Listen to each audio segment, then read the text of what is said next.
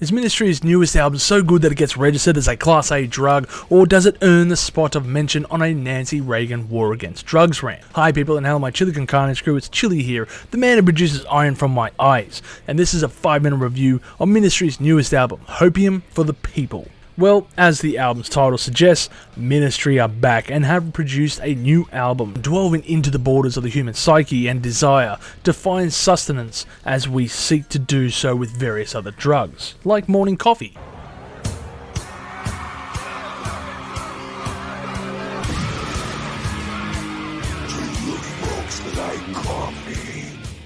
My initial playthrough of the album found myself enjoying the song and opening track BDE, aka Big Dick Energy, which hailed back to an energy and sound I haven't heard from the band in some years.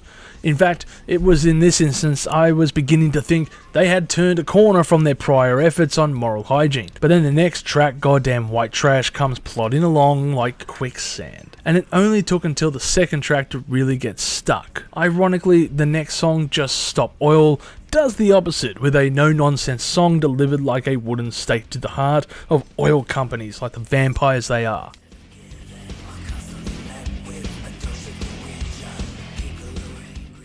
This is a solid track and certainly one of the better songs on offer here. Then we are met with the next song, Aryan Embarrassment, with guest vocals by Jello Biafra, talking about the hard right taking over from within, and while its lyrics are poignant, I feel that the song is undermined perhaps twofold by the delightful drab music on offer and the opening lyrics, which will most likely be misinterpreted, I guess, given the current political events. I didn't like this song, but it does take a while to get into the swing of things. But the following song, oh boy.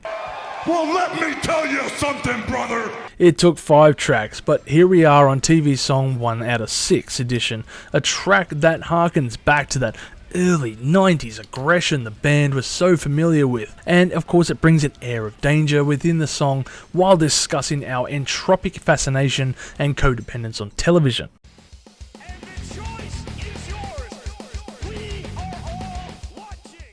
I'd like to say it's all smooth sailing after this, but I would be lying. While the next few tracks certainly aren't bad, they certainly aren't strong or memorable. Take for example the slow crawl of New Religion, which feels like many of their other slower paced tracks on previous efforts with its mixed vocal sampling, or It's Not Pretty, which takes too long to get to the point. I did enjoy Cult of Suffering, which I felt like it attempted to add a bit of a bluesy vibe to this record, or more like a song by Mark Lanegan style with a sinister flair. It's pretty decent. The last song, Ricky's Hand, is odd, and I'm pretty sure it's an homage to their old school days. Maybe a Ministry fan could help me out here, because I feel like there is more than meets the eye for this track. Still, the industrial synth metal giants have retained their crown, even if it is just for another outing. Well, the album is definitely not worthy of a Nancy Reagan rant, but it's certainly not as imposing as Opium for the Masses, and doesn't need any Narcan to recover from. All the usual tropes from the band are on offer here, except they are more sparse than prior efforts, and the album's runtimes definitely works more in its favour. Had this record gone over the 50-minute mark, then I would feel that this would be different, and an effort that you could tell lasted longer than it should have been. Overall, I would give this album a score of 6.5 million chilies on the spicy scale, with my favourite tracks being BDE,